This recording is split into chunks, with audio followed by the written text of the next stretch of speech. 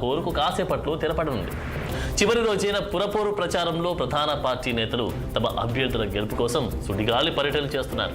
ప్రతిపక్ష పార్టీలు ప్రధానంగా ప్రభుత్వాన్ని టార్గెట్ చేస్తూ విమర్శలు చేస్తూ ఉండగా, అదే రీతిలో ప్రతిపక్షాలపై అధికార పార్టీ నేతలు కౌంటర్లకు దిగారు. ఇక ఈ నెల 11వ తేదీన 116 మున్సిపాలిటీలు, 7 కార్పొరేషన్లకు పోలింగ్, 13న ఓట్ల లెక్కింపు జరగనుంది. ఈ నెల 16న municipal chairman, vice chairman, corporation mayor, deputy mayor ఎన్నిక జరగనుంది. రైట్, ఇదే అంశానికి సంబంధించి తాజా అప్డేట్స్ మా స్పెషల్ కరెస్పాండెంట్ మహేందర్ రెడ్డి అందిస్తారు. మహేందర్ రెడ్డి.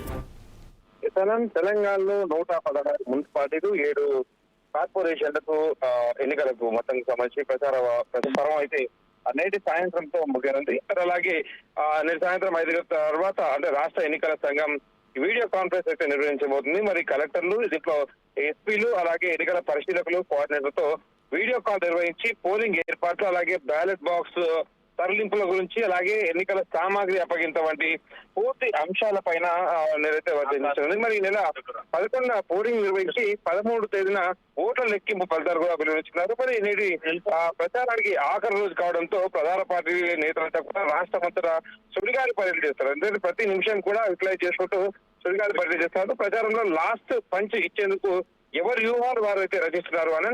మరోవైపు నేడు సాయంత్రం 4 గంటలకు ముఖ్యమంత్రి రేవంత్ రెడ్డి కూడా మీడియాతో మాట్లాడుతున్నారు. మీడియా ప్రసంగం బరకాసేపట్లో మొదలు కానుంది. తన నివాసంలో మాట్లాడుతున్నారు.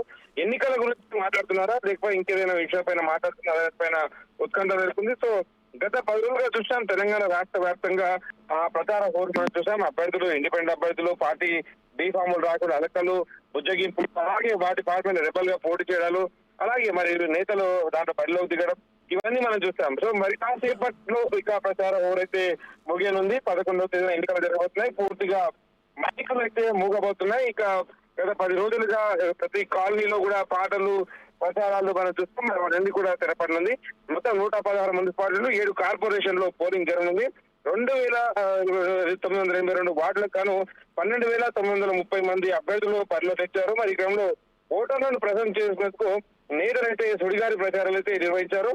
ఈ నెల 13న జరిగినటువంటి కౌంటింగ్ లో ఓటర్ దేవుళ్ళు ఎవరికి మద్దతు ఇస్తున్నారో తెలియాల్సి ఉంది. అలా ఓకే మహేందర్ రెడ్డి, మరి ఇప్పుడు మనం 116 మున్సిపాలిటీలకు సంబంధించినటువంటి విషయానికి వస్తే అధికారులు ఎలాంటి చర్యలు తీసుకునే అవకాశం కనిపిస్తా ఉంది? ఇప్పుడు మున్సిపల్కి సంబంధించినటువంటి ఎలక్షన్స్ నేపథ్యంలో ఎలాంటి బందోబస్తు ఏర్పాటు చేసే అవకాశం కనిపిస్తా ఉంది మహేందర్? వాళ్ళైతే ప్రయత్నాలు చేస్తారు. ఎందుకంటే కొన్ని ఎన్నికల పోలింగ్ బూత్లో ఇలాగ ప్రాంతాలన్నీ కూడా సమస్యాత్మక ప్రాంతాలు ఉండడంతో చాలా పటిష్టమైనటువంటి బందోబస్తు ఏర్పాటు చేశారు.